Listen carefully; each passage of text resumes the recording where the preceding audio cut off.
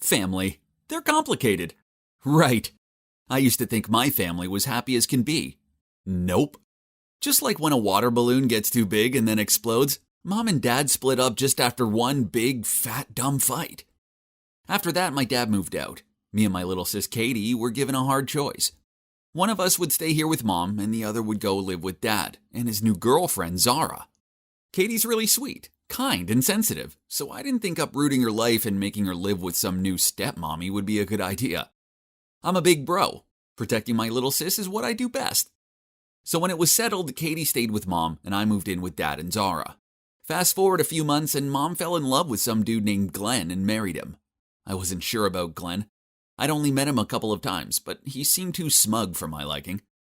Anyway, back to Dad's, it turns out my life with them was a breeze. They let me go out when I wanted, barely made me do any house chores. Instead, Zara was not a mean person. She treated me like family. And for my 16th birthday, she even suggested my dad to surprise me with my very own car. Happy days. But there was one snag. From my sis's messages, I sensed things weren't quite so rosy with her. So I went around to show her my new car. Well, really this was just an excuse to go and check things out. I strolled into the house to find Katie emptying the dishwasher. She was crying. I mean, I know house chores suck, but they weren't bad enough to bring someone to tears. Something was up. I made her a drink, and we both sat down and talked.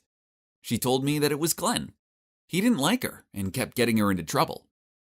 Katie said, "He always considered me as a thorn in his eyes because he wanted Mom to spend full time with him. He demanded that I do all the house chores, and then when Mom got home from work, he'd say he did them. If I tried to question him on this, he'd get me into trouble by telling lies to Mom about me. Such as one time he said I cursed at him and stole $20 from his wallet." I didn't like the sound of this, so I asked her, "Have you tried telling Mom what's going on?" She nodded her head and blubbed out, "Yes, she says I'm just lazy and jealous." I replied, "Sounds like Mom's blinded by love. Don't worry, sis, she'll come around and see sense soon." She sniffed back tears and said, "I hope so, Rory, as things really suck here." I told her to let me know the next time Glenn did anything sneaky. Whoa, turns out this guy likes to play dirty. A few days later, he switched the cooking oil for whiskey, so when Mom started the cooking, the whole thing went up in flames. Then Glenn rushed to the rescue and blamed Katie, saying he'd seen her holding the whiskey bottle last night, but presumed she was just trying to sneak some. Then he told Mom that Katie had insisted he cook her steak, so the prank must have been meant for him. Mom instantly believed him over Katie, and punished her by making her miss her school dance and having to do house chores instead. Poor Katie, she was so upset. But then a week later, sneaky Glenn struck again. This time Katie saw him switching Mom's diet mayo for the full fat stuff. Katie rushed to get Mom to catch him red-handed, but when she arrived, she saw him spreading diet mayo in her bagel. Mom shouted at Katie for saying untrue things about her stepdad and grounded her again. This sucked. My sis was the sweetest girl, and she doesn't deserve this. Not to mention the fact that some of these pranks sound dangerous. Well, not so much the mayo one, but the fire one could have ended so badly. This Glenn dude needed to stop with the games, and it was about time I showed him that no one messes with my little sis. So I suggested we switch things up for a couple weeks. Katie would go and live with Dad and get to know Zara, and I'd go and live with Mom and get to know Glenn. It's clear Glenn knew he couldn't mess with me, so for the first week he stayed out of my way. I used this time to refuel, relax, enjoy Mom's cooking, and plot my revenge. When the second week arrived, I was ready to make Glenn's life a misery. Tough lucky, Glenny boy. Mom was working extra hard as Glenn had lost his job. So, being the good son I am, I drove her to the grocery store. Mom was so happy with my help, and she promised to make my favorite omelet. When we got home, Mom called Glenn to come and help carry the bags inside.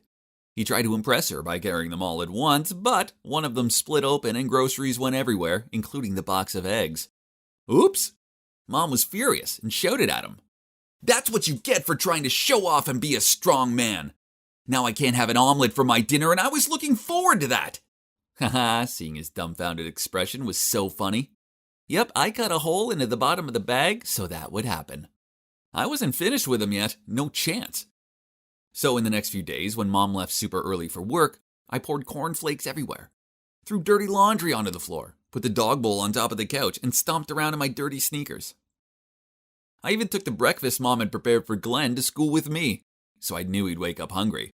Then spent all day having to tidy up my mess. Ha! Naturally, Glenn wasn't happy with me, so when I got back from school, he forced me to mow the lawn. This guy looked so tired spending the entire day clearing out my stuff, so fine by me. As when Mom came home and saw me, I gasped for breath and said, I had a busy day with schoolwork, but Glenn still made me do all the chores. I'm so tired, Mom. Mom rushed inside and found Glenn watching cartoons. Then she yelled at him. You're home all day, so why don't you mow the lawn instead of making my son do it? I had to go to work. My boy had to do the chores. So what exactly is your role in this house? Glenn was speechless. It didn't end there, as Mom was so mad she made him sleep on the couch.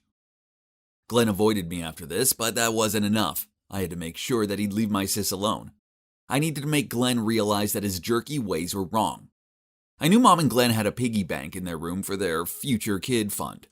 So when they weren't around, I snuck into their room, smashed open the piggy bank, and hid the money in Glenn's jacket. That night after dinner, I asked Mom if I could borrow her headphones. So she went into her room to grab them. Just then, Glenn grabbed his jacket and was about to go somewhere. The moment he stepped out the door, we heard a frantic scream upstairs. It was my mom. She must have found the broken piggy bank and ran downstairs yelling at Glenn. He stood in the doorway confused, but then she checked his pockets and voila! There was the money. She angrily waved it in front of his face. What's this, huh? You're gonna go out spending the savings for our kid, right? You're making no money, so stop ruining everything! They took their argument outside and I went up to my room and watched through the window. Suddenly a car pulled up and out stepped this well-dressed girl. Oh wow, it was Katie. She ran over to Mom and hugged her. Then Dad and Zara appeared. Turns out Katie had had a great time at Dad's. Zara had always wanted a daughter, so when Katie came, she was so happy and had taken her shopping, got her hair done, and spoiled her. When Mom looked at her own daughter having a better life with her stepmom, I was pretty sure she realized how bad she was. I could see her ashamed face. I rushed downstairs and greeted my sis. Then I turned to Mom and said, Mom, you should care for Katie more. You see, Glenn even treated me badly. You don't know how hard he was with her. We love you, so please trust Katie like you trust me. Then I turned to Glenn. You're her husband, but it doesn't mean you can replace us in our mom's heart. Mommies always love their children best. Don't be childish and try to separate them or I'll come back. I winked at him. Yeah, okay, he grunted. Then he turned to Katie and said, I'm sorry, Katie. What do you say to us starting again? Katie smiled sweetly and said, okay, I'd like that. It looks like I'd saved the day. Now Glenn knew that if he ever messed with Katie again, then I'd be back. After that, Mom still made Glenn do all the chores, but Katie, being the sweet girl that she is, helped him out with them. As for me, I went back to life at Dad's. I went around there more often to check on Katie and give Mom a lift to the grocery store. And Katie even came around for barbecues and to have a girly pamper session with Zara. So in the end, everything worked out, and now we're one big, crazy, dysfunctional family. But hey, as long as everyone's happy and doesn't try to mess with my little sis, then it's all good with me. Hey guys, I want to tell you about my most memorable summer. It involves a parent-free house, the girl of my dreams, and my little bro Silas's massive secret. Actually, Silas doesn't want me telling you about it, but this story is too fun to keep it for ourselves. So stay tuned, let me tell you what happened. Imagine the scene. I'm there eating corn dogs when my parents announce they're going away on vacation for their 20th wedding anniversary. That means I'll be home alone all week long in our big farmhouse surrounded by vast fields. Sounds great, right? But wait, it got even better when my childhood friends who had now lived in another city were also back in town for the summer vacation. Of course, my parents let me invite them over to stay while they're away. That's how close our families were. Oh God, I haven't seen Carl in over a year. And his sister Ellie too. Yep, I wouldn't say that I had the biggest crush on my best friend's sister, but there's that. Anyway, this was gonna be my summer paradise. But you know, man proposes, God disposes. It turns out my parents weren't taking Silas with them because they thought I was old enough to look after my little brother. Ugh, what a bummer. How was I meant to impress Ellie when I had a whining kid to care for? I needed to think fast.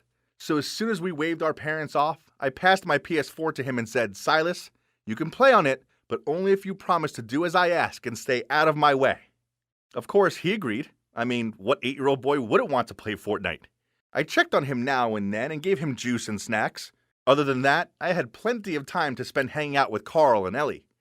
Things were going well for the first few days, and nothing beats being around your best bud and your crush all day long. Whoa, I just couldn't take my eyes off Ellie. She seemed to have gotten even more beautiful. Then, on one evening, we were sitting outside stargazing. It was so romantic, especially when Carl thought it was dull and left us to go to bed first. I was about to do the whole yawn and stretch out my arm to wrap around her shoulders trick when Silas appeared and squeezed in between us. I glared at him and through gritted teeth asked him what he wanted. He just shrugged and said, "Edward, I'm bored of that game now. I want ice cream." Ellie laughed, then led him off to get some. What? How dare that little dweeb ruin my smooth moves? What a buzzkill! I needed to come up with a new trick to handle this annoying kid. So, the next morning, I told Silas that if he wanted to download a new game of his choice, he needed to go into the field and find a corn cob with exactly 200 seeds on it. He looked like he was going to cry, but he went off to the field. Oh, how smart I am, sending my little brother on a wild goose chase. I expected him to give up after a few hours, but nope. He was out there searching for it all day. He even managed to drag Carl along to help him. In the end, he still had to leave empty-handed. Anyway, I have to thank my stupid brother for helping me to have such a good afternoon with Ellie. That night, we all sat together in the living room and told creepy ghost stories. I hoped Ellie would freak out so much she nestled into my lap for protection. So I told him about the empty house up the road, which was also our family's property. My grandparents used to live there, but now it had been abandoned for over 40 years. There were plenty of rumors about it being haunted. One farmer said he saw a ghostly woman by the window, but she vanished into thin air. And someone else said they saw a spooky figure float out of the house and chase after them. Ellie chuckled, then said, "Ooh, spooky. We should go and check it out." What? This wasn't what I had in mind. In fact, she didn't seem afraid at all. I didn't want to go in there. It was old and creepy, and just thinking about it freaked me out. Luckily for me, Silas strongly discouraged us by saying that he had heard someone crying in that house, and our parents didn't allow us to go there. And then, from nowhere, I felt the chilly wind blow over me with a whistle, which made my hair stand on end. And boom! The lights went out, leaving the whole room in darkness. Everyone was confused. What on earth was going on? I didn't want to die now, not when I haven't even told my crush my feelings yet. I was lost in terrifying thoughts when the lights came back on, and everyone else immediately bursted out laughing. OMG, I found myself sitting on Ellie's lap with my head between my hands. It turns out that my evil little brother was the one who turned the lights off as a prank. How humiliating. Oh well, at least Ellie changed her mind about wanting to check the house out. But then, over the next few days, weird things started happening. I went to grab a snack for my secret loot under my bed, but what's this? All of the Snickers bars had gone. It couldn't have been Silas, as he hated Snickers bars, right? Then we were watching a movie. Ellie started shivering, so being the awesome guy I am, I went to get a blanket for her, but... Huh? All of the blankets had gone? When I went back and told Carl and Ellie about it, Ellie said that was odd, as the other day she couldn't find her pajamas, and Carl's pack of Gatorade had vanished too. So, is there a real ghost in my house? As for my bro, he was acting like he was haunted. He barely talked anymore, and for 3 days in a row, at 6 p.m. on the dot, he disappeared out of the house for hours. This was so strange. I mean, that's the time slot for his favorite show, and he seriously wouldn't miss Adventure Time without a good reason. For me, it's great that Silas isn't at home, but since I'm the older brother, I still have to keep an eye on him, as Mom and Dad wouldn't have been best impressed if I'd lost him or something. That night, he mysteriously disappeared again. I was quite curious, so I went to look for Silas but couldn't find him anywhere. Panicked, I raced around the garden calling out his name. Finally, I felt a hand pounding on my shoulder. My heart was in my mouth. I turned around to see Silas standing there sweating. I shouted at him, "You can't just run off without saying a word. Where have you been?" But Silas calmly replied, "So what? It's my business, not yours." Then he ran straight inside. He gotta be kidding me. Okay, then if secrecy was the game he wanted to play, then I wouldn't mind being the detective either. I had to figure this out. So I gathered Ellie and Carl and came up with a genius plan. The next day at lunch, as planned, Silas entered the kitchen and everything was set. I placed an eye-catching candy-filled jar on the table, and as expected, Silas immediately picked up a handful and put them right in his mouth. Oh, just look at his happy face. He had no idea what I had in store for him. Right after that, we entered the room. Not wanting to get caught eating food on the sly, Silas quickly hid under the table. And of course, we pretended not to know he was there. Then I held up that candy jar and said, "Guys, guess what? I've ordered these pills online. It's the legendary invisible candy that makes it impossible for people to see me." Carl acted surprised. "Unbelievable! How did you get this? I heard it's such a hit that it was sold out everywhere." Then Ellie asked me how long we could disappear if we ate these candies. I replied, "I think if we just eat 4 to 5 candies, we can disappear for 45 minutes. We continued our skit, then I said I had to leave the candy jar here. So tomorrow we can try it and go out pranking everyone with our new superpower. I winked and everyone nodded. "Now, where did Silas go again?" I asked, and everyone shook their heads. Then I picked up an apple and purposely dropped it on the floor, then immediately peered underneath the table to look for it while pretending not to see Silas down there. He looked absolutely amazed, trying not to make any sound. Now Silas thought he was truly invisible. He crawled out, then did all sorts of funny things in front of us, from dancing, shaking his butt, and cartwheeling across the room. It was so hard to keep a straight face and ignore his existence. Then, at 6 p.m., Silas left the house with a backpack on. But because he thought he was invisible, he ran straight past us without hesitation, and didn't forget to stick his tongue out at me before leaving. This idiot. We followed him, and guess what? He went to the abandoned house. We hid behind a tree to watch, and suddenly the door creaked open. I was a little creeped out, so I clung to Ellie's arm. Someone ran over to him. A little girl.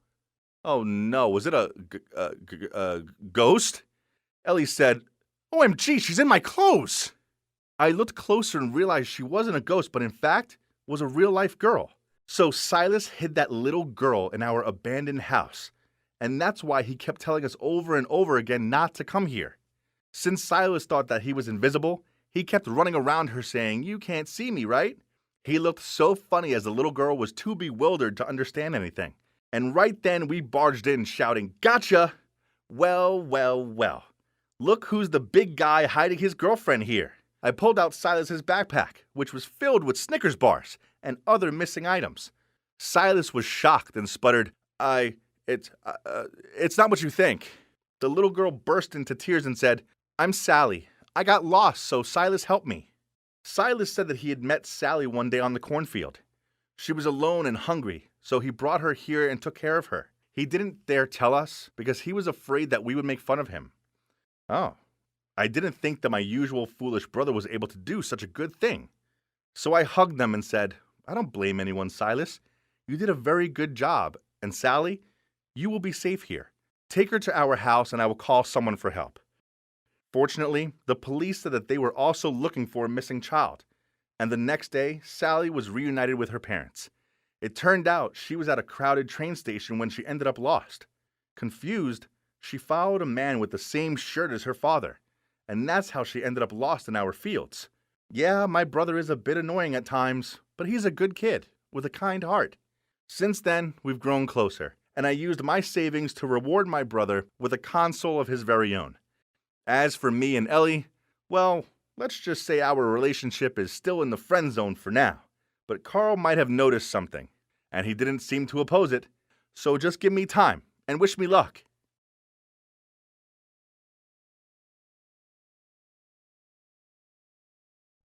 Do you know what it's like to be a pampered princess? Well, I do, because my dad's a billionaire, so the high life's mine.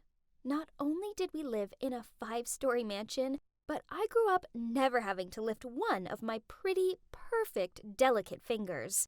I'm Sophia, and throughout my childhood, I had everything done for me. There was a maid to brush my hair, make my bed, and even do my homework for me. I didn't even have to search my walk-in wardrobe for a daily outfit, as I had my own personal stylist for that. So what? I'm spoiled. But I can't help being so perfect. I'm far too gorgeous to be stuck in a stuffy classroom studying. Not when I could be partying or schmoozing with the stars at swanky cocktail balls. But then, one morning, after a particularly crazy night out, I arrived home with a makeup-smudged face and only one shoe. Dad frowned at me, and then he said, Sophia, you can't carry on like this. You're going to college, starting next week. But, Dad, I don't need to go to college. School sucks. Plus, we have enough money to last us several lifetimes. Let's just travel and have fun.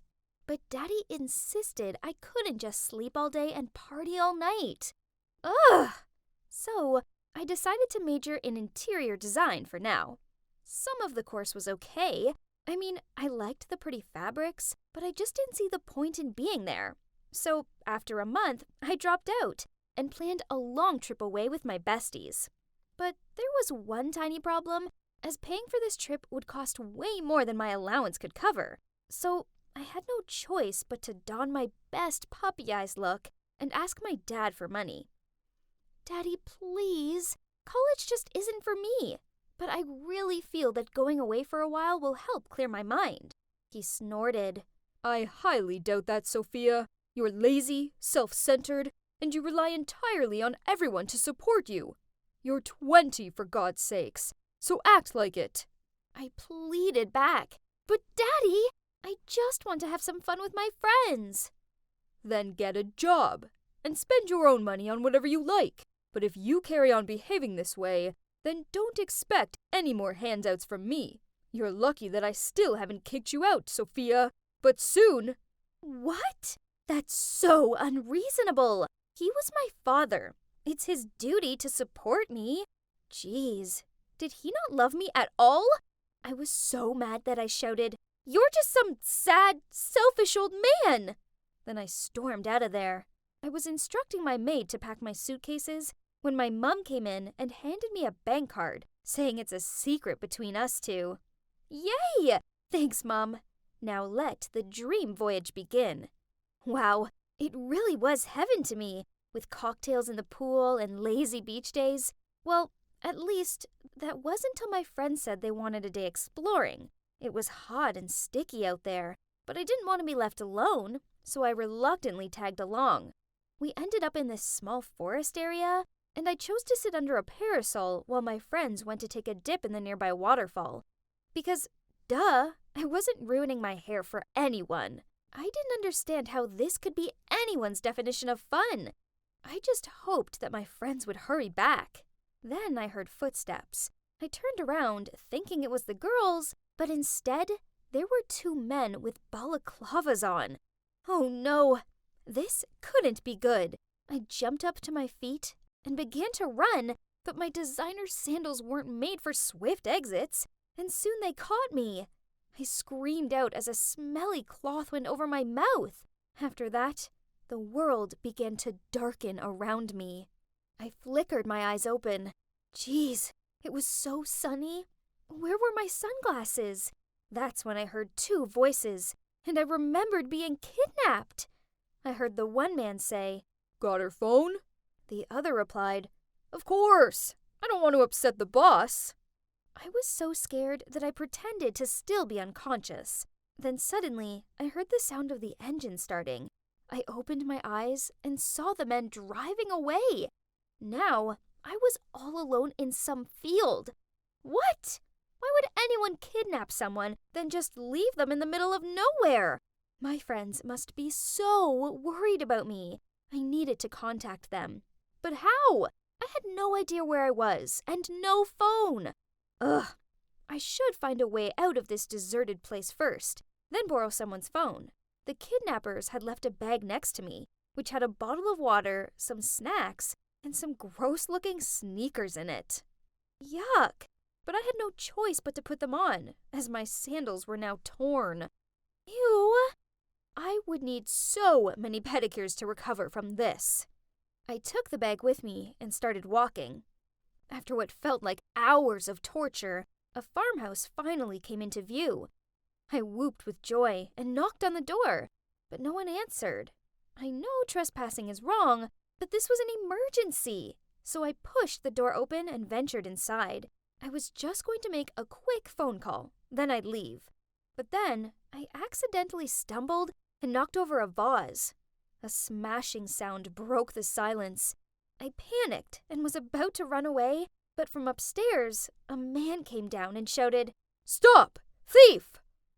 Before I could explain, he grabbed my hand and pulled me back.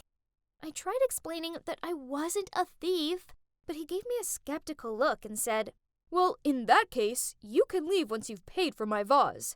That's a collectible." "What? This ugly thing?" Ugh! I told him I would as soon as I made a phone call, so he doubtfully passed me his cell. I stared at it. Turns out I have never cared to remember any of my friends' numbers. I then thought about calling my parents, but no way. I was mad at Dad, and asking for his help right now only meant accepting defeat. No, never. I told the man I would pay when I got home, but he refused to let me go. After a while of arguing, he forced me to stay and work for him until I paid it off. He even made up an agreement and made me sign it. And what other choice did I have? Yep, I was completely stuck here.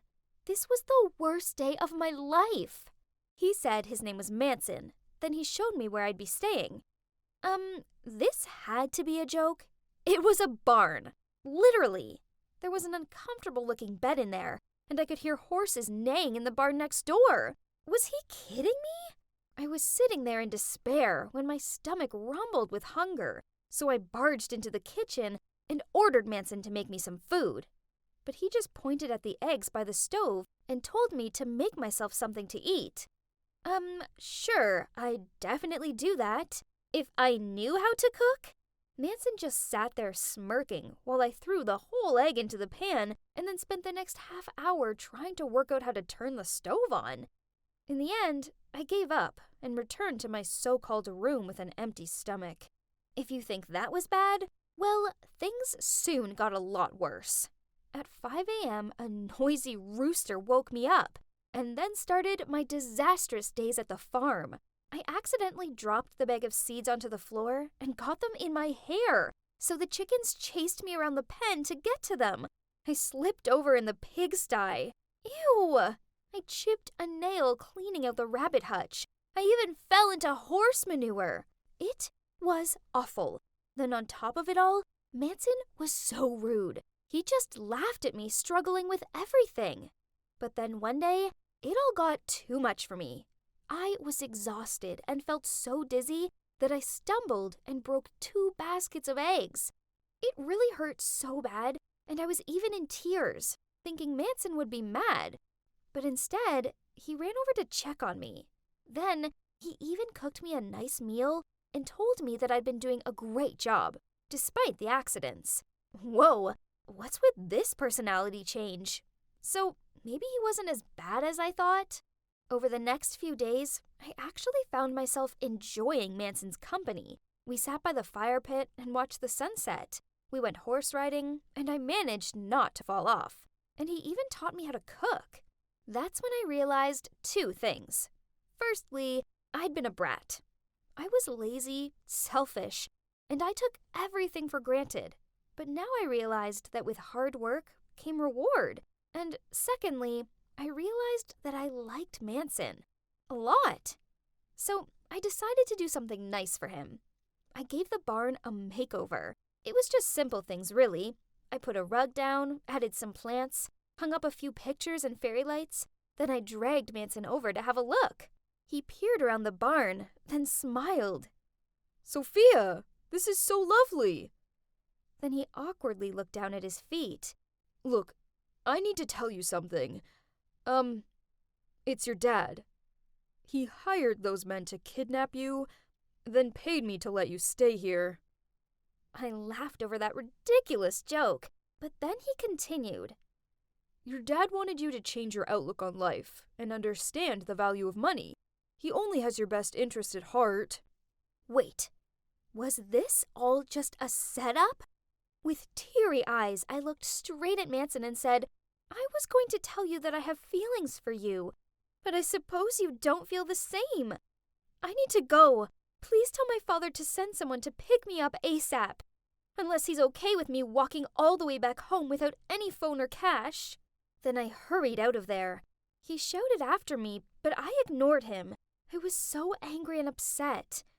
I continued walking until a car eventually pulled up alongside me. It was our family's driver. He took me home, then I locked myself in my room, refusing to come out. It took a few days for me to calm down enough to go confront my father, and when I did, well, I found myself running into his arms and telling him how sorry I was. He looked so shocked. I finally realized that my dad only did that because he loves me, and he wanted me to see the true values of life. I told him I would resume my studies at college, but there was something else I needed to do first. I showed up at Manson's doorstep with some carrots for the horses and a new vase.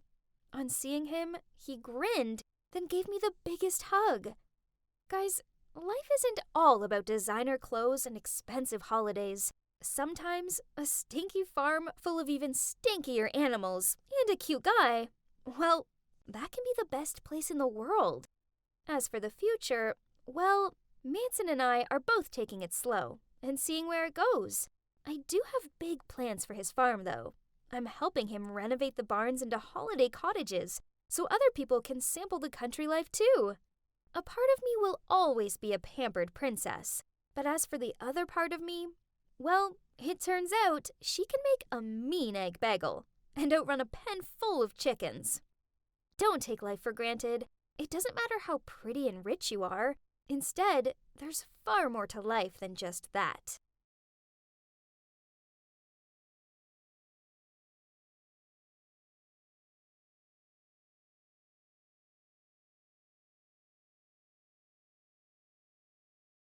I was out for my afternoon jog and decided to take a new route. Suddenly, I saw a huge European-style mansion and had to stop to gaze at it. The walls were covered in moss, and honestly, it looked pretty eerie. I looked up, and a flock of crows were standing on the roof cawing. It sent shivers up my spine, and immediately made me think of movies like The Conjuring or something. Wouldn't be surprised if that house was haunted. Suddenly, I got startled by the voice of an old lady. "The mansion looks magnificent, doesn't it?"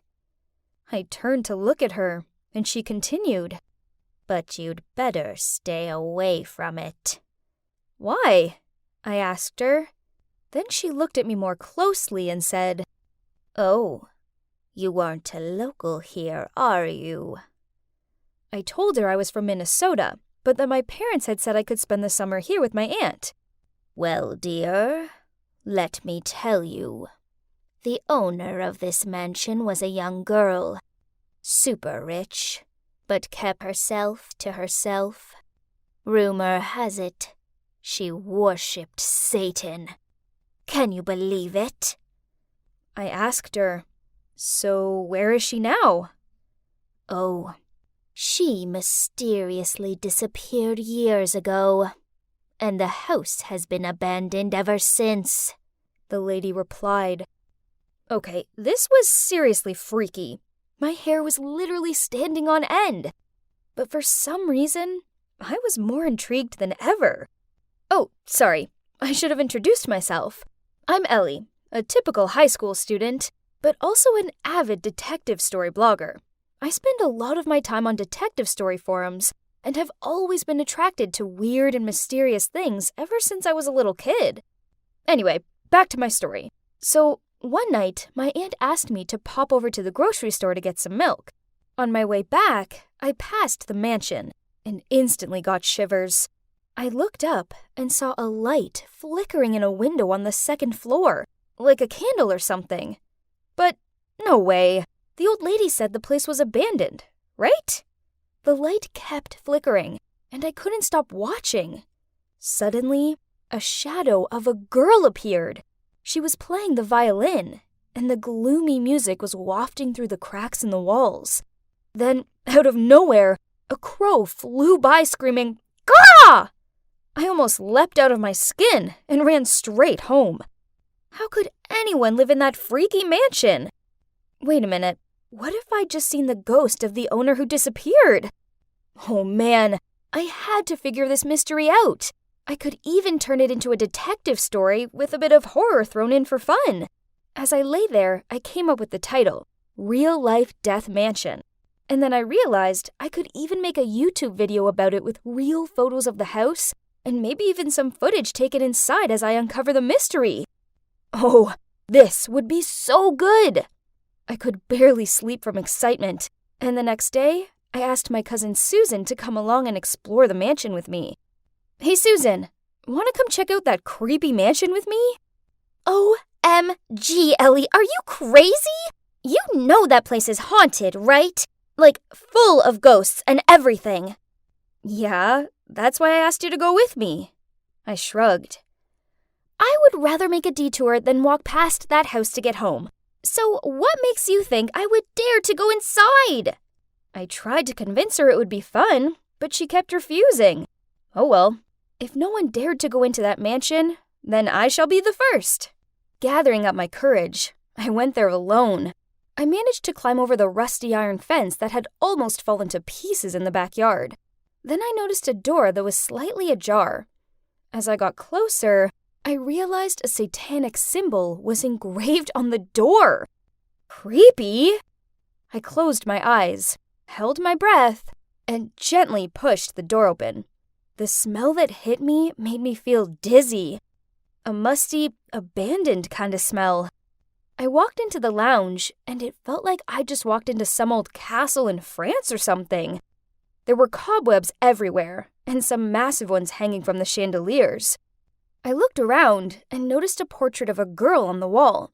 She was beautiful, but her eyes looked so sad. Oh my, was this the owner? The one I'd seen playing the violin? I couldn't bear to look at the portrait any longer. It felt like her eyes were piercing my soul. I headed for the stairs and crept up as quietly as possible. I won't lie, I was terrified. It was so dark up there, and with every step I took, the floorboards creaked. I kept looking behind me, as it sounded like someone was following me. By this point, I'd broken out into a cold sweat. When I made it to the second floor, there was a long corridor ahead, but it was really weird. There was only one door. I walked towards it and pushed it open. It was a luxury room, definitely fit for a princess. And yup, there was the violin. Everything was coated in a thick layer of dust, and out of the corner of my eye, I saw a picture. It was the same girl, but this time, her eyes were glowing red like fire, just like Sauron, the villain in The Lord of the Rings. I was so scared that I quickly turned the photo face down. This was when I heard the violin sound from somewhere. Okay, what was going on? The violin was right before my eyes, and I was supposed to be the only one in the house? I tried to calm down, took a deep breath, and walked in the direction of the sound next door. It was so weird, because the next door was an exact replica of the first room. Had I actually changed rooms? I walked towards the dressing table and noticed the photo in here was also turned face down. I picked it up, and it was the exact same photo, but this time, the face of the girl was bleached white. I dropped the photo in horror and ran off without looking back. I ran down the stairs 3 at a time, but when I reached the door, it was locked. I started banging on it, and by then I was hysterically crying. "Help! Help me!" I screamed. Suddenly, someone's hand touched my shoulder. My heart had definitely jumped out of my chest. Ah! I yelled at the top of my lungs, but when I turned around, there was this young guy standing there. A pretty cute one. Who are you? I stuttered. He frowned at me and said, "Who are you? And why are you here?" I could barely speak as I was shaking so much. Then the guy said, "Come on, let's get out of here. You look horrified." Then he took out a key and opened the door. Are you a ghost or something?" I stuttered. He started laughing and said, "Pretty creepy place, right?" I asked him if he saw the photos too, and he said, "Yes, terrifying. Like something out of a horror movie," I added. "Exactly. Perfect setting for a horror movie." I stared in confusion, and he laughed and said, "Yup, we're making a movie. I mean, I'm gonna rent this place to make a horror movie." Then he introduced himself as Jack, a young director who was interested in detective and horror movies. He was just checking the place out to see if it was suitable. I couldn't believe it. Wow, this is literally a dream come true! I've been writing detective stories since I could hold a pen, and I've always hoped I'd become a screenwriter on horror and detective movies one day. I'm so honored to meet you. I'm Ellie, by the way. Then Jack replied, "The pleasure's all mine. It's a pretty exciting industry to be in. I'd love to read some of your stuff sometime." I couldn't stop grinning. Then suddenly, another person showed up. Jack introduced him as Michael, a member of his film crew. But compared to how friendly Jack was, Mike was serious and intimidating. Jack could tell that I was nervous, so he laughed and said, "Michael's been under a lot of stress, so he looks a bit grumpy, right?" I just smiled shyly and asked Jack if I could have his number. As I walked home, I couldn't believe how happy I felt. Who knew such a scary adventure would turn into an epic opportunity? I texted Jack right away, saying I would love to learn more about his film, and I had to admit, I might have had a slight crush on him. He was so cute. I kept checking my phone, but he hadn't replied. That was so disappointing. But then, a few days later, he asked me out for coffee. I was so excited, and seriously, we had the best time. He even offered to drive me home.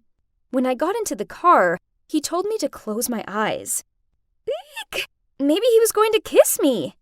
I was so nervous, but suddenly, something hit my face, and I didn't know anything else. When I woke up, I found myself in some kind of warehouse, with my hands and feet tied, and my mouth taped shut. Oh my God, had I been kidnapped? Where was Jack? Suddenly, I heard a noise outside. I looked through the window and saw Jack and Michael talking to each other. What? Did the two of them plan this? But why? A moment later, Michael left, and Jack came towards me and removed the tape from my mouth. I started screaming, "Why are you doing this to me?" Then Jack said, "Listen, I'm not gonna hurt you, I swear, but there's something I need to tell you." Then he confessed that he was a member of a criminal organization named Iron Gloves. His gang were operating from the mansion, and so everything from the story of the mysterious missing girl, the ghost playing the violin, the eerie photos, were all made up by them. They did it so that no one would dare approach their headquarters. According to the gang's rules, any outsider that entered the mansion would be killed, to protect the secrecy of the group. Michael had seen me enter and reported it to the boss. So Jack had been forced to carry out the mission, but he didn't want to do it, so that's why he pretended to kidnap me. Dear good God, this was too much! He asked me to leave right away, but I was worried about him. He said, "Don't worry, I've been wanting to leave for a long time, and so I have a plan." Fast forward 2 years, and now I'm a freshman majoring in screenwriting. It's so exciting chasing my passion, but I still think that summer at my aunt's was one of my best yet. Terrifying, but thrilling. Oh, and as for Jack, after we chatted in the warehouse, he let me go, and I quickly packed up all my stuff at my aunt's and flew home. A few weeks later, I saw an article that said he'd turned himself in, and that the police had caught the Iron Gloves gang. Now, Jack's in prison, but will soon be free. I have a feeling that deep down, he's a good guy, and I hope that I'll have the chance to meet him again and get to know the real him better. Who knows? His real-life experience might help me write one hell of an awesome story, too.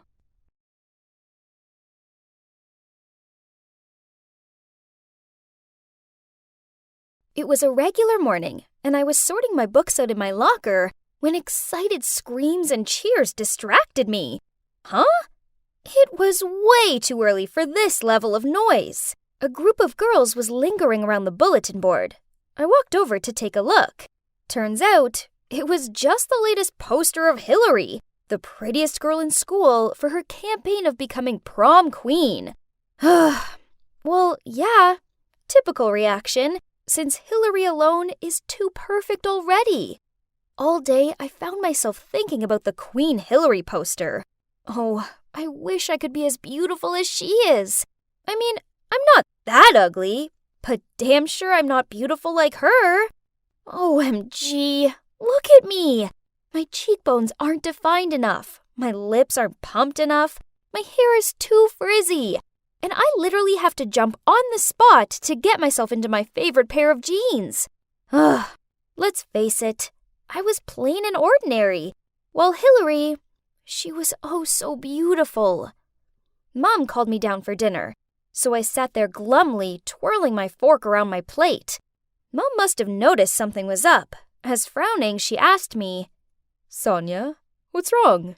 You've barely touched your dinner. I'm not hungry, I sighed out. Anyways, I'm big enough already, and ugly enough. Sweetie, don't be silly. You look lovely. Yeah, right. Mom was only saying that because she felt like she had to. I thanked her for dinner, then went back to my room and scrolled through Hillary's profile. There wasn't one bad picture of her.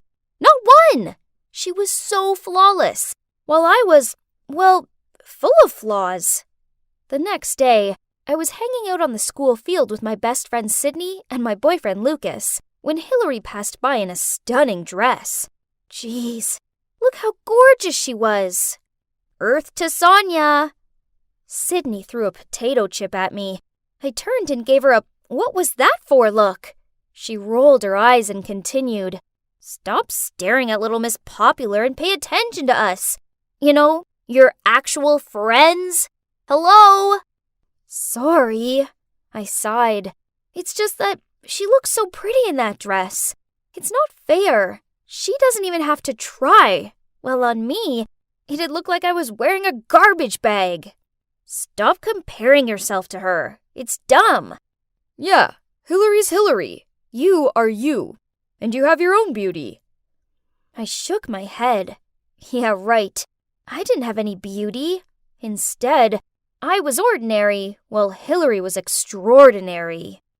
Chemistry was the only class I shared with Hillary, and for that entire 45 minutes, I just couldn't stop staring over at her, transfixed.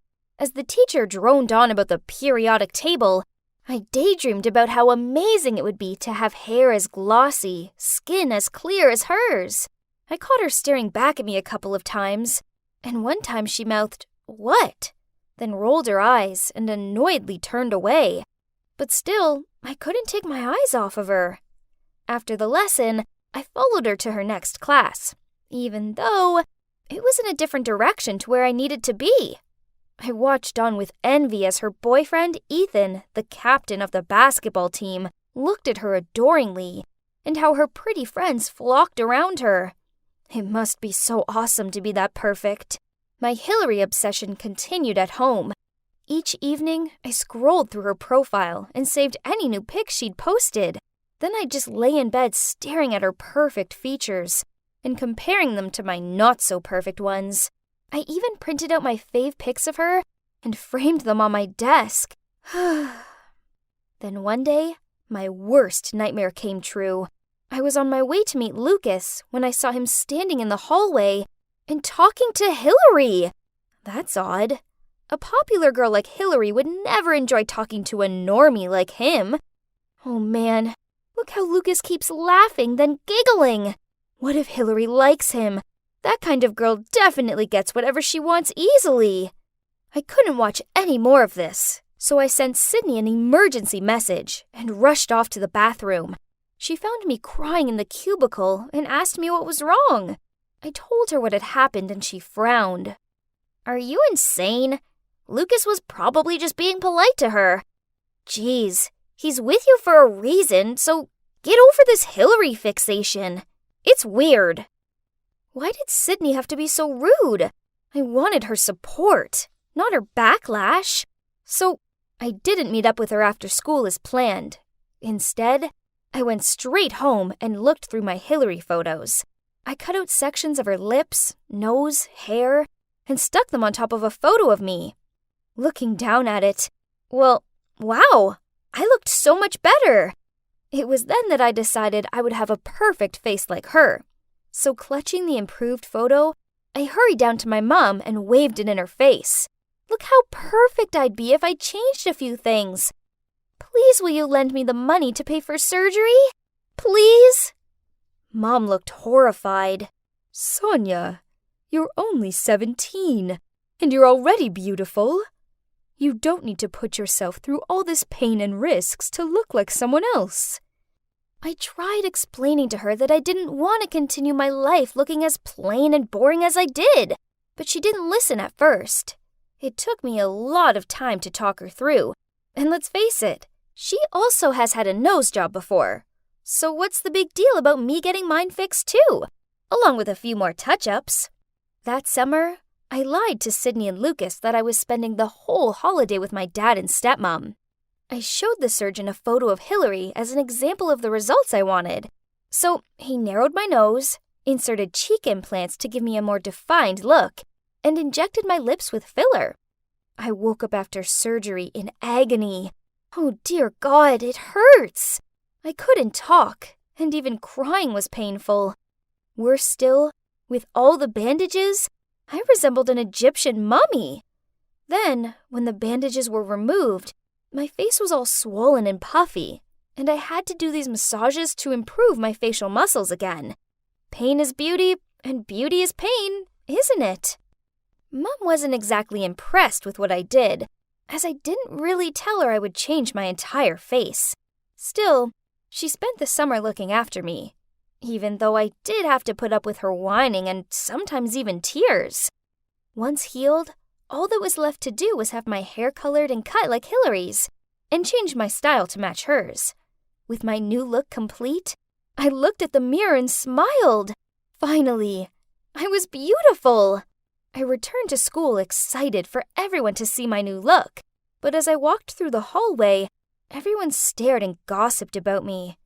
People I didn't know surrounded me and bombarded me with questions such as, "Which parts did you fix? How much? And did it hurt?" Nobody actually complimented me or anything. Then, as I was sorting out my locker, I heard a cough.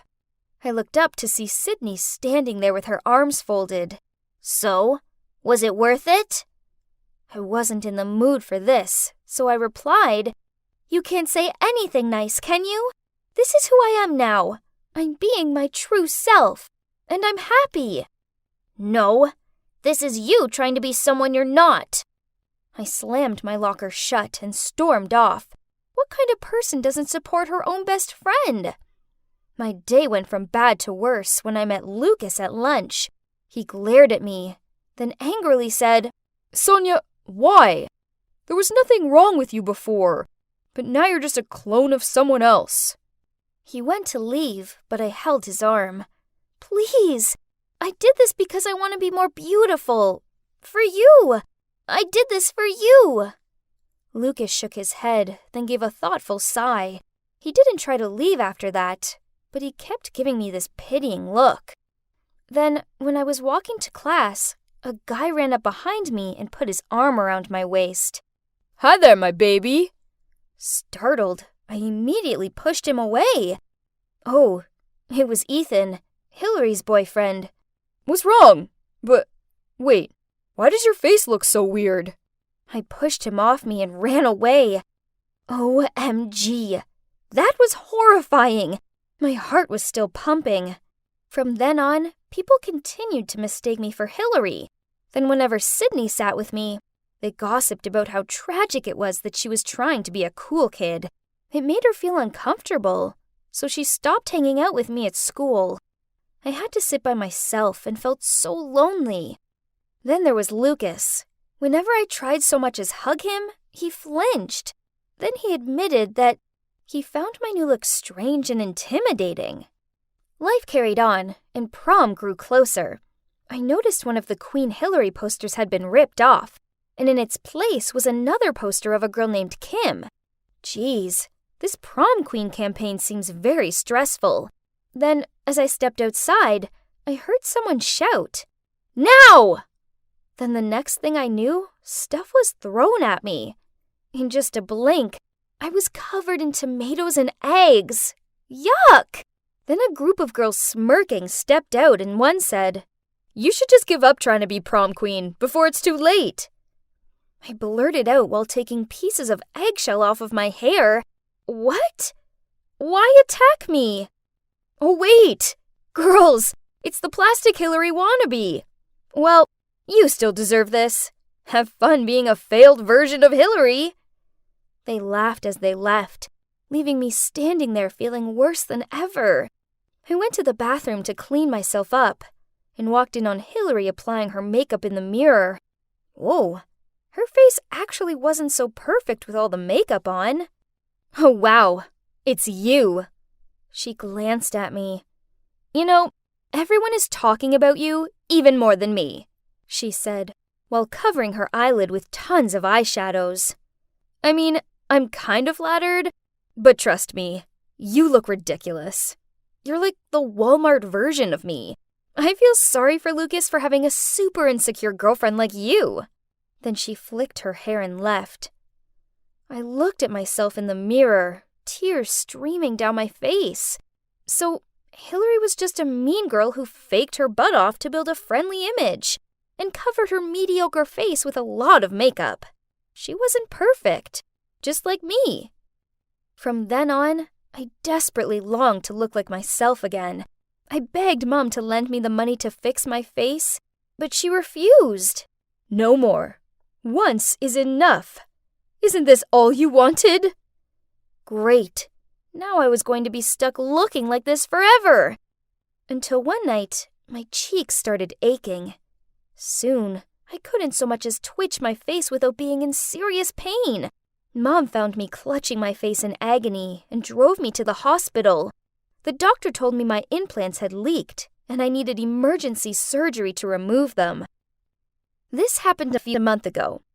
Now, when I look in the mirror, luckily, I don't see Hillary anymore. Instead, I see me, but in a quite different look. I've well and truly learned my lesson, and Sydney and Lucas have been there to help me through everything. Now I know that I should have learned how to love myself instead of comparing myself to someone else. I am who I am. And you know what? I now realize that I'm okay with that. I'm so excited as it's my graduation ceremony tomorrow. Eek! And today I'm on my way to the airport to pick my mom up. I can't wait to see her, but, well, it's complicated. I grew up in Philly, but I've been studying here in Toronto for the last 3 years. I'm so grateful to God for letting me be a girl because, girls' lives are way more colorful than boys' lives are. Clothes, makeup, shoes, you name it. For girls, it's just so much more fun.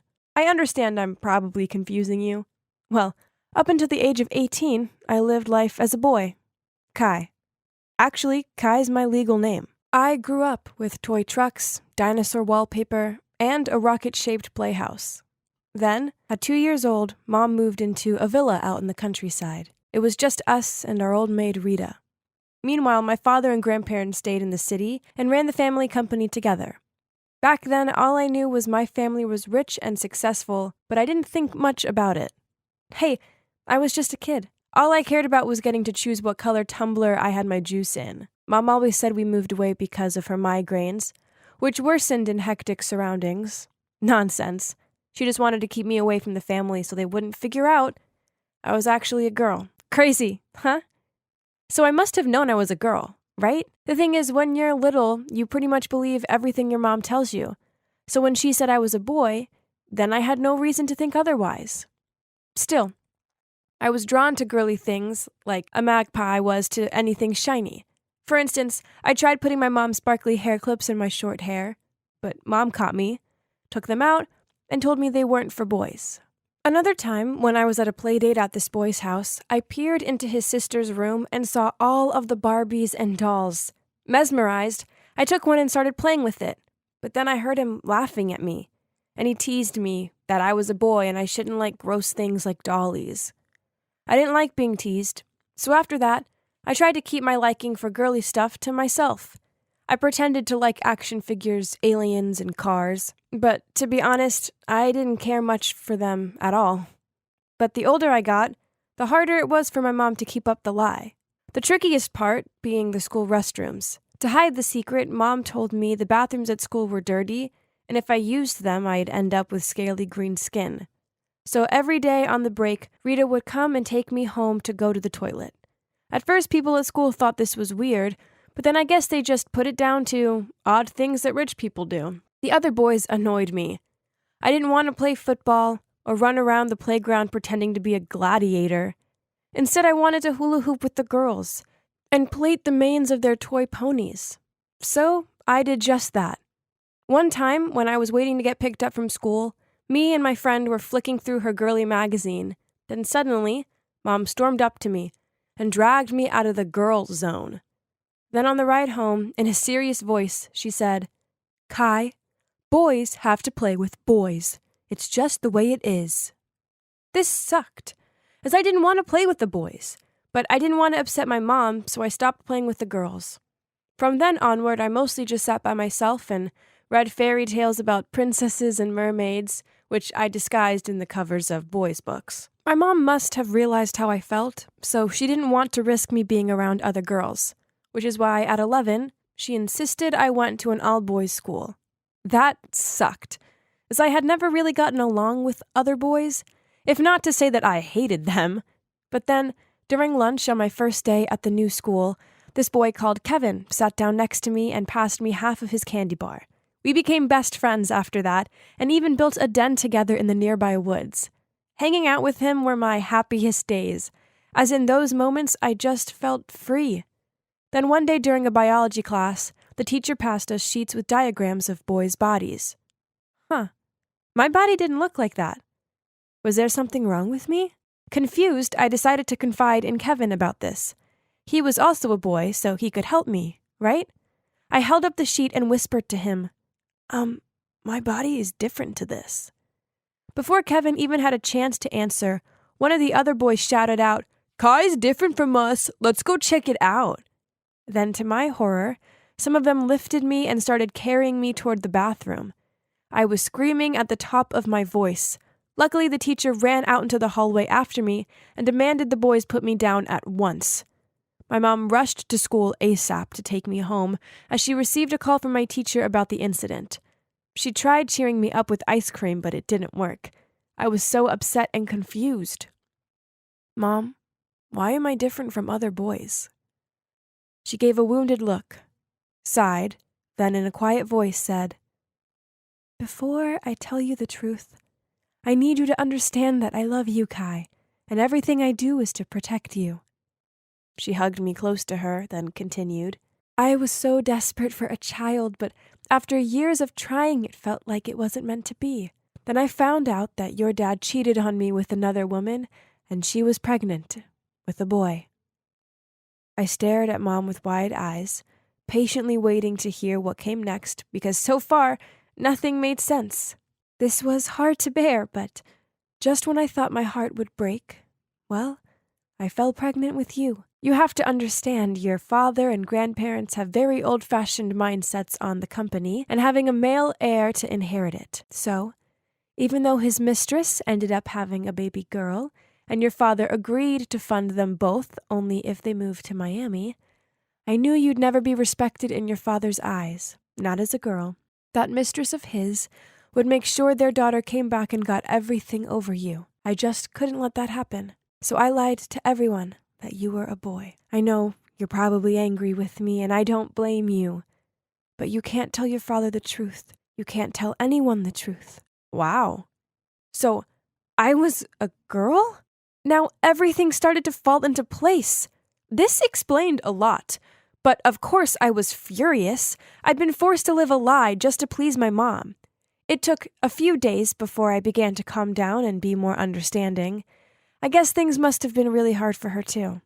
Also, I was kind of relieved I was actually a girl, as deep down I'd always felt a desire to wear pretty dresses and play with dolls. I told Mom this and said I loved being a girl, so she made a compromise with me. I'd continue living as Kai until I was 18, and then I would go and study abroad, as the girl I had always dreamed of being. After that, I moved schools to keep up the secret. It sucked that I didn't get a chance to say goodbye to Kevin, but I was relieved to go to a co-ed school again. Mom said I could hang out with the other girls as long as I kept the secret. Then, when I started high school, things became more complicated. Firstly, my voice was naturally soft, so I had to put on this gruff voice, which would leave me with a sore throat by the end of the day. So I just became one of those kids who didn't say much. I had to spend ages each morning wrapping a bandage around my chest to flatten it, and then I hid beneath baggy t-shirts and sweaters. I also had to do this boy walk. Then there was the bathroom. I swear everyone thought I had bladder problems, as I was the kid who always asked to go to the bathroom mid-class to avoid the other boys. At least there's one good thing out of this was that I didn't have to deal with sweaty PE, as Mom had told the principal that I had a health problem, so I could stay out of these risky activities, especially swimming lessons. But the struggles would never stop. I often looked at the girls with their glossy lips and in their cute vest tops with envy. Oh, how I longed to be able to be who I wanted to be. Finally, high school finished, and true to her word, Mom sent me off to a college in Canada. She sorted all of the paperwork out for me. There, I changed my name to Leanna, and I started my new, exciting life as a girl. I love long, shiny mermaid hair, so I started wearing a wig. I watched so many YouTube videos on how to apply makeup, painted my nails, wore pretty outfits, and tried walking in heels. Okay, all of these things would take some practice, but it still felt amazing. I was finally free of my old fake life and I could just be me. But I knew my family couldn't find out the truth, as it could have catastrophic effects for me and my mom. So I still had to dress and act like Kai again whenever I FaceTimed Dad or my grandparents. Time sure flies when you're having fun, doesn't it? I couldn't believe I was graduating tomorrow, and I was so grateful that Mom would be here to see it. When I picked her up from the airport, we both hugged and cried, then hugged some more. Through sobs, she blurted out, "Look at you! You look so different." Thanks, Mom. I smiled and wiped her tears away. Luckily, Dad's workaholic, so he didn't even ask to come. Phew, as that would have been an awkward situation. As I wheeled Mom's suitcase out of the airport, she said to me, "We just need to take some photos of you graduating as Kai to show the rest of the family." I didn't want to be Kai on my special day, but I knew it was something that had to be done. So I forced a smile and said, "Sure, Mom, but let's do it where no one else can see us. I don't want my friends thinking I've gone crazy." The graduation ceremony was awesome. It felt so good to be up on that stage collecting my degree as my true self, glossy hair and all. Afterward, I took Mom to my favorite restaurant to continue the celebrations. As I twirled a piece of pasta around my fork, I said to her, "It feels so good to live life as a girl." I was thinking, I want to go back to Philadelphia and tell everyone the truth about who I am. My mom's face dropped, and then she said something totally unexpected.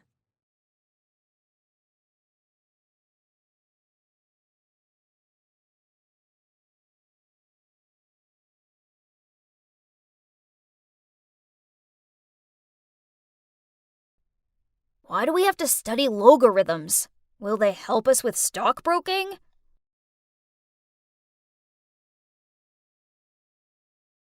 Surely not. Why suddenly create the X and then force us to find it? And why do I have to prove that it's an isosceles triangle? I see clearly that it is. Duh!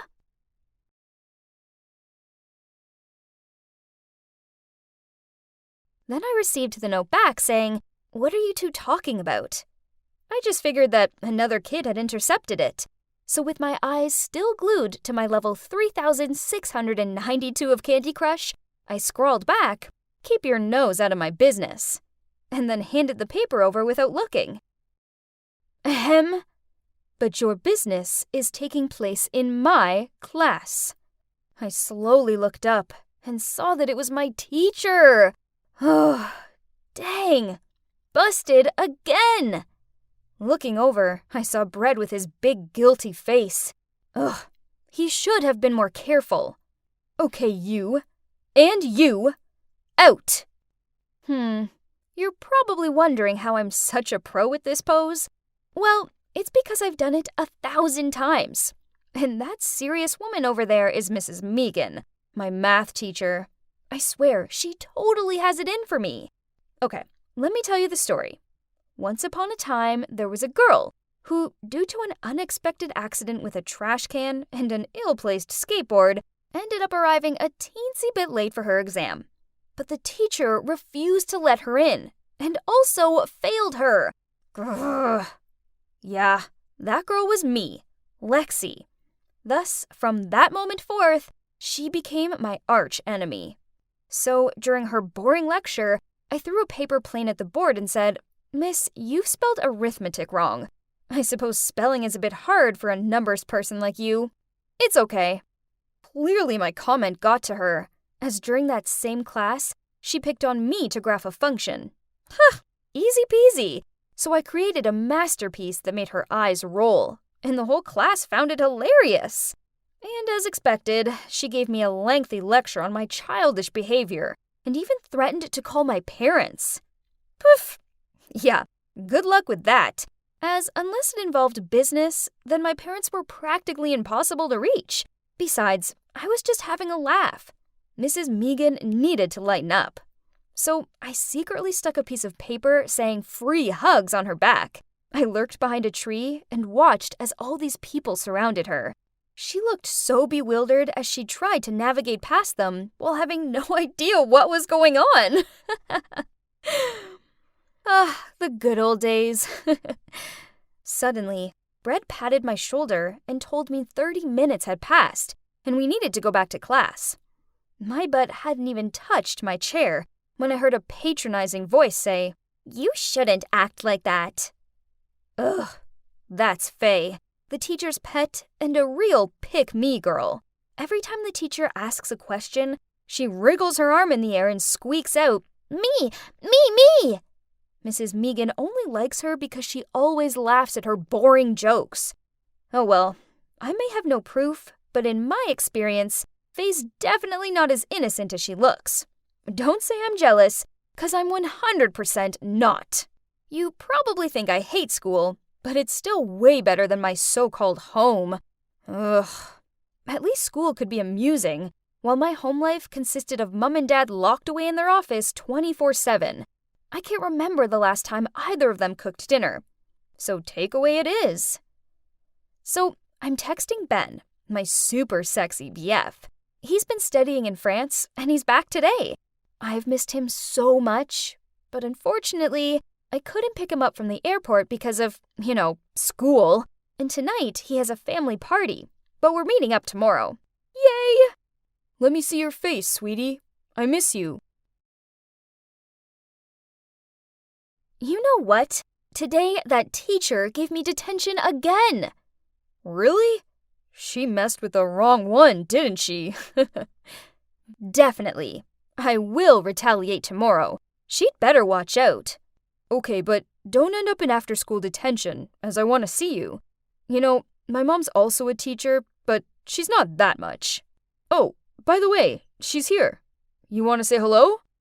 Yeah, sure.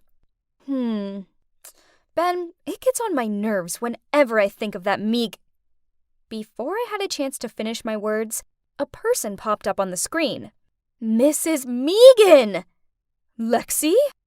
OMG!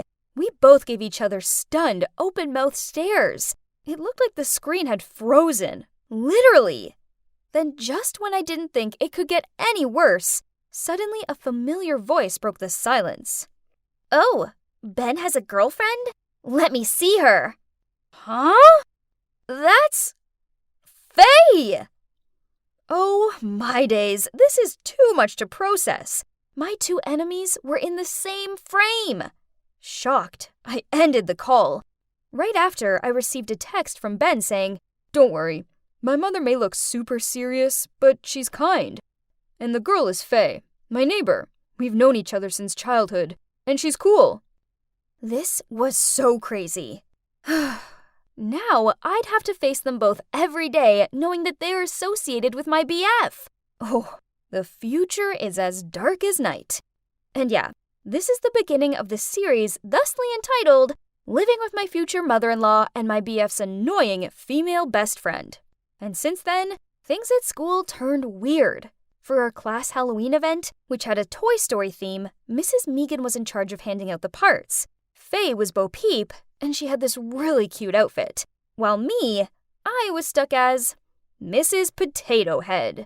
My outfit was so lame, and one of my googly eyes kept on falling off. Ugh! It was so embarrassing, but I couldn't say anything. I couldn't mess with her anymore, as I still wanted to be with her son. Ugh. Worse still, math class became an endurance test. I was so sick of being compared to that goody two-shoes Faye. Lexi, if you spent more time studying and less time painting your nails, you'd be a top student like Faye. Poof! Faye caught on to what was going on and also started playing tricks on me. One time in class, when I was dozing and Mrs. Megan was correcting the homework, I overheard, "This symbol shows that A is not equal to B." Faye then turned around and whispered, Just like you, you're not equal to me. And you don't deserve my Ben either. What? Ben is mine, not hers. I bared my teeth and was about to say something when that brat started pretending to cry, saying that I was picking on her. Out! Mrs. Megan came to us with burning eyes. We were walking out when in a sympathetic tone she added, "Faye, you stay." I returned to my meditating pose, but, I couldn't shake off my anger. How unfair! Later, when it was lunchtime, Faye walked over to me with a cup of Coke, saying it was a peace offering, and that she was sorry for earlier. This was confusing, but whatever. I took it and was about to take a sip when Brett rushed over waving his arms about. "Lexi, stop!" I saw Faye put soy sauce in it. I was just a second away from yelling at her when Mrs. Megan appeared. I smiled smugly, thinking Faye would finally get into trouble. But to my surprise, Mrs. Megan took a sip of the drink and tried to keep a neutral face as she replied, "There's nothing wrong with it." Really? They went that far to cover up for each other? Whatever. I had a date with Ben tonight to prepare for anyway. That night as planned, I arrived at Ben's house with a somewhat wilting pot plant for Mrs. Megan. I was kinda excited to finally have a cooked meal. Only, when I walked into the kitchen, I couldn't smell anything cooking. Mrs. Megan appeared and rubbing her hand said, "Lexi, you don't mind cooking, do you? It's just been a long week of drawing diagrams. My hand kinda aches." Seeing the situation, Ben immediately came to help, but she reminded him that he'd agreed to fix a pipe or something. To be honest, I'd never touched a frying pan before. But I mean, how hard could it be? I'd make pancakes, though it's not really suitable for dinner, but I'd seen them on a 5-minute crafts and they were clearly a breeze to make. Only, it didn't go to plan. In situations like this, it's important not to panic. But, yeah, I panicked. I needed a plan B. Quick! In a rush, I threw away all the evidence of the failed pancakes and ordered food online. After all, thanks to my workaholic parents, this was my forte. I instructed the delivery person to come to the back door, so Ben and Mrs. Megan would be none the wiser. Expectedly, at the very first bite, Ben and my mother-in-law praised me profusely for my food, and Ben even joked that I should join the next season of Master Chef. Yo, I will rate this restaurant 5 stars for sure. Mrs. Megan suddenly dropped her spoon, so I quickly bent down to pick it up, only she leaned down and whispered sarcastically, "I order from Sydney's too. Their sauces are divine." Oh, busted! Then, halfway through the night, this man showed up and apologized for being late. Turns out he was Jim, Faye's father. But Faye wasn't coming over as she was out with friends. Happy days! I watched Mrs. Megan and him touch a tissue box at the same time by mistake, and then blushed? Huh? Oh, I get it. She liked him. Now it made sense why she was always sucking up to Faye. "Have you thought about remarrying?" I asked Jim innocently. To the waiting eyes of me, As well as Mrs. Megan, he hesitantly answered, I don't think Faye would like that. Mrs. Megan glumly stared down at the floor. Okay, so I actually felt kinda sorry for her. Besides, matchmaking has always been my hobby, so I decided to help her. I knew that Faye was at a party on Saturday night, so I decided this was the perfect opportunity to play Cupid. I told Mrs. Megan that Jim had something to tell her, so meet him at the Golden Reef restaurant at 7 p.m. Then I told Jim the same. I stood behind a column and watched them share their starter, and then give each other gooey-eyed glances. Then Jim reached out and took Mrs. Megan's hand.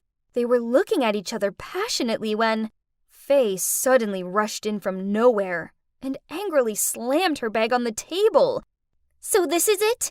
My teacher? And my dad? For real? Faye, why are you here? Jim stuttered.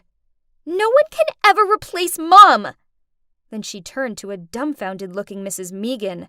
Turns out you were only being nice to me to get my dad. You're fake. Stay away from us. Mrs. Megan covered her face with her hands, then quickly left. Geez, Faye was brutal. And however annoying Mrs. Megan was, she didn't deserve that. You! Faye shouted. Uh-oh, her gaze fixed on me. It figures you'd be behind this. Keep your big nose out of our family business and start caring about yours instead. Guess this is what lack of parental care does to a kid. I stared at her speechless. Those words should have driven me mad, but for some reason, I only felt sad. And so guilty. I really just meant well. So, first thing at school the next day, I swallowed my pride and went to Mrs. Megan's classroom, where she looked lost in thought as she marked homework. I coughed to clear my throat, then said, Miss, I'm sorry. I honestly was trying to help, but now I realize I should have minded my own business. I'm also sorry for being a jerk in your class. She was silent at first, then replied, It's okay, as I've come to realize that you and I aren't so different. We both have complications in the way of finding love. Guess it's really not easy to get approval from your parents' family, huh? She smiled and gently stroked my hair before continuing. You're such a smart and kind girl, and I always knew you could do better in class, that I must have been too harsh on you. I'm sorry, too. I smiled back at her, and at that moment, I felt like all of our previous conflicts melted away. And I realized that I shouldn't neglect my studies. Instead, I should work hard to become the best version of myself. So, with a lot of hard work, I went from trailing at the bottom of the class to reaching the top spot, even overtaking Faye. Ha! Speaking of Faye, she was still ignoring both me and Mrs. Megan, and never put her hand up in class anymore. But then a rainbow flame experience in the chem lab changed things. Everyone ran out of there when the curtain caught on fire, except for a terrified Faye. Luckily, Mrs. Megan rushed inside to rescue her just in time, and covered her with a jacket as she led her to safety. After that, Faye realized that Mrs. Megan is a good person who cares about both her and Jim. So, through blurry eyes, Faye sobbed out, Thank you so much, and sorry, I was too childish. Please forgive me. A few months later. So, yeah, you see, my wing woman plan worked. And now I have a second family, a really big one. But you know what's the best thing? That is, I no longer have to order food online anymore, 'cause I will stick to here, and my mother-in-law will cook for me.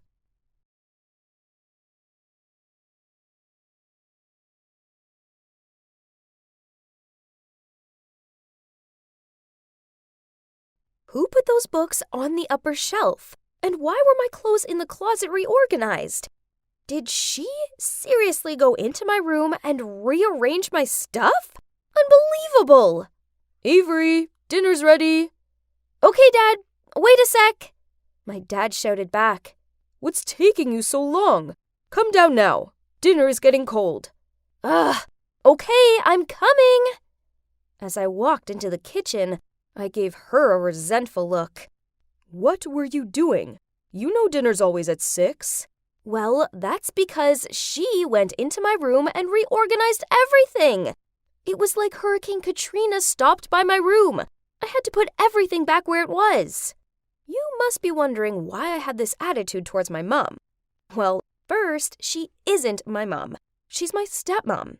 And second, I just couldn't stand her. You see, my parents divorced when I was 15, and after just 6 months, my dad started dating Rose. My first impressions weren't great. I mean, look at her. Okay, she's kind of beautiful, but her style just doesn't fit her age. She has this whole wannabe rocker thing going on. No, I'm serious. She even has a tank top that says, "I'm a rocker mom." My actual mom was the total opposite of Rose. She looks how a mom's meant to, with her elegant clothes and polite demeanor, and that's also how she raised me to be. Then there's the age difference. Rose is a decade younger than Dad. Suspicious? What if she was only after his money? I thought they wouldn't last, but then 1 year later, they announced that they were getting married. So, yeah, you can see where my hate was coming from. That's enough of me telling you about my family. Let's go back to this boring dinner. My dad just gently said, "Rose was just helping you. She didn't mean it. Now let's dig in. This smells delicious, honey." Ugh, whatever. I rolled my eyes and sat at the table. I looked down and couldn't believe my eyes. It was spinach and sausage lasagna, Mom's signature dish.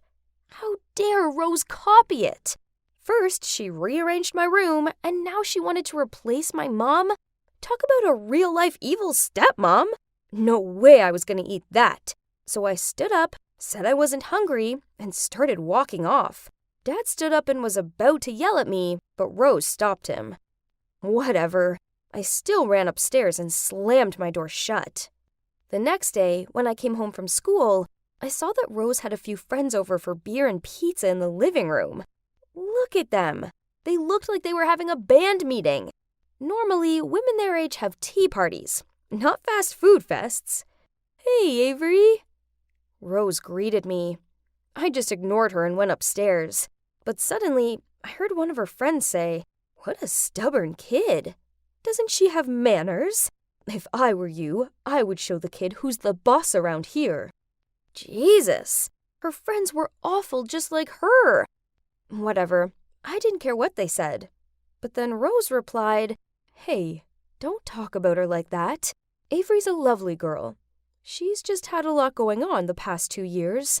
Every child would behave the same after their parents' divorce, don't they?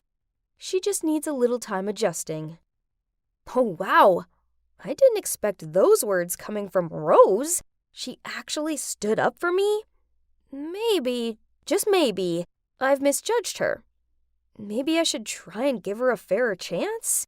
So that evening, when I saw her watching a movie, I walked over with a big bowl of popcorn and asked if I could join her. Rose looked shocked, like she'd seen a ghost or something. Then she gave me a big smile and said, "Of course, I would really love that." I sat down next to her, and we watched Mad Max together. Oh, wow. There was a lot of violence and some weird-looking characters. Normally, I don't watch these kinds of films. I'm more of a rom-coms girl. But that movie was really, interesting. We talked during it, and I must say Rose is actually kinda cool.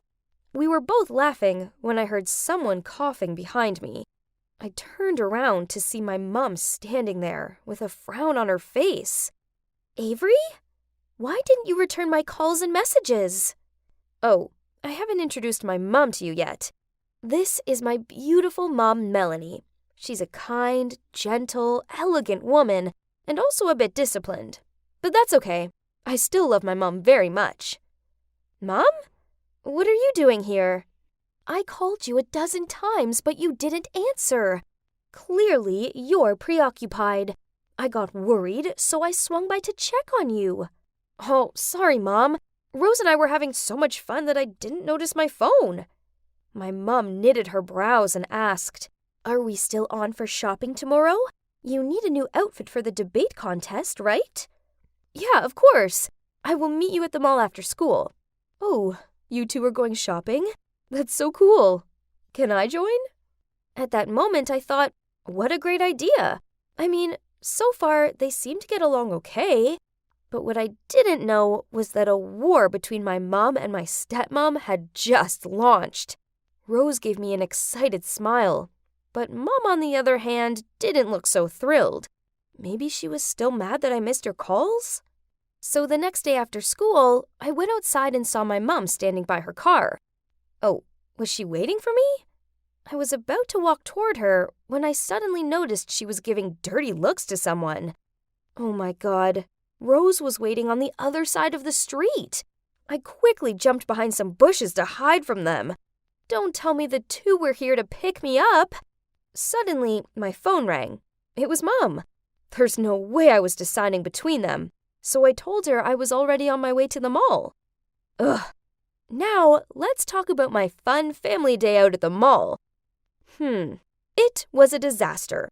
My mom and Rose have very different style, obvs, so my mom chose this elegant black vest and skirt for me, but Rose thought I looked like Ruth Bader Ginsburg. No offense, she's a badass who brought justice to women, but Rose was kinda right. That outfit just didn't work for me. Then Rose chose this red dress for me. But, oh man, that's kinda revealing. They were constantly dragging me from this shop to the other like they were playing tug of war. And I was the freaking rope. I couldn't handle it anymore.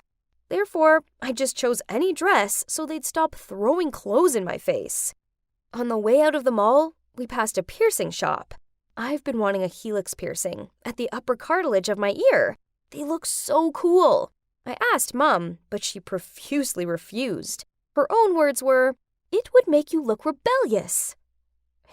Mom was still strict as always. Nonsense. Rose snorted. Melanie, Avery's old enough to make her own decisions. If she wants a piercing, then let her. Then she turned to me and said, "Come, I will take you inside." Oh my God, I couldn't believe it. I glanced at Mom, and she looked like she was about to explode with anger. But Rose had a point. I'm already 16 for crying out loud. After 15 minutes, Rose and I came out. Oh, thank God. Did you reconsider getting that ear piercing? Oh, yeah. Rose said that a nose piercing would suit me better. What? Uh-oh. Maybe the nose piercing wasn't such a good idea, because the tension between them was now catastrophic. I needed a way to bring them together. So I came up with a brilliant plan. I arranged a holiday in Brazil for us all. I have a friend there, Pedro. He was an exchange student at my school, so he could show us around.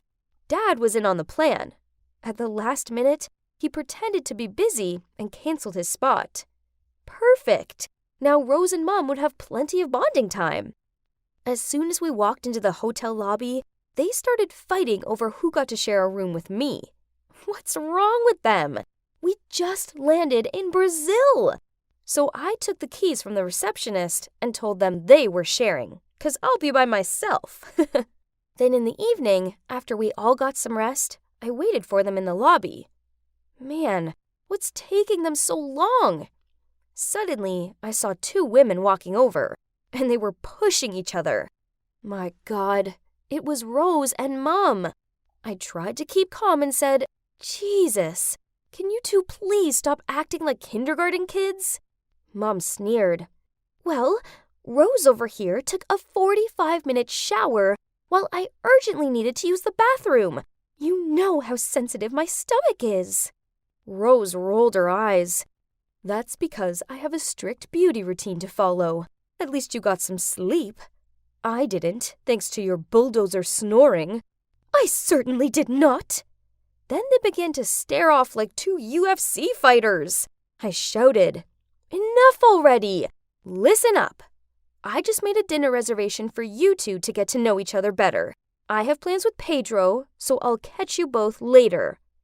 They were about to refuse, but I gave them this really intense look. Well, at least you're having fun. You two should hit a bar. Nothing can top some Brazilian bars. No drinking, and be back by 10 p.m. tops. Yeah, I know. Have fun. I waved at them and left the hotel. The next morning, I saw them talking to each other. Actually talking, not bickering. So I walked over to them and asked, "Well, how was dinner?" Then they told me it was actually really great. They were able to put their differences aside and got along. Success! So now I could enjoy the rest of the trip.